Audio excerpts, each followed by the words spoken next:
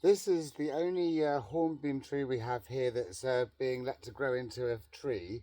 They are native to the UK, but only the southeast, and we're the southwest. So just having one.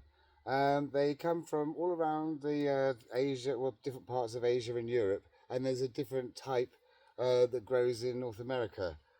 This one isn't considered edible, but the North American one has edible nuts if they're cooked. Um, Apparently that's called ironwood, but our one isn't edible. However, the leaves can be used. I'm just going to pick a little bit of it because you can get a close up then. All right, I'll pick a little bit here. This tree's been in, I don't know, a few years, I think. Right, so they have leaves a bit like, they look a bit like an elm tree in a way, a bit like a beech tree, but kind of neither. Maybe sort of halfway between.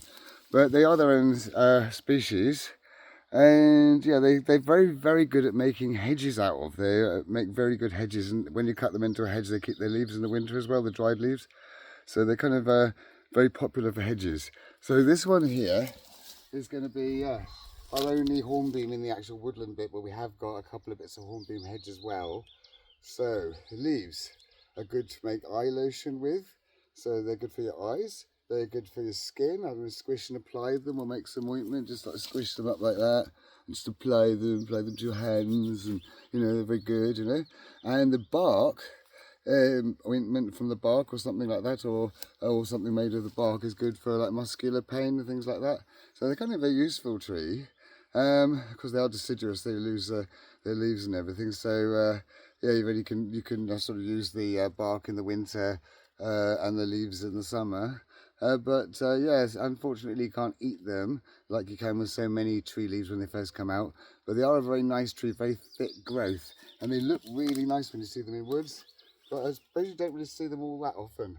But there are not many types of tree that grow that are native that get really big, and it's quite nice to have a little bit of diversity, and something that grows in the southeast would eventually get here anyway, because there's no mountain range or a massive body of water they can't cross. So they're kind of like right on the doorstep. So I think it's okay to have one of them at least.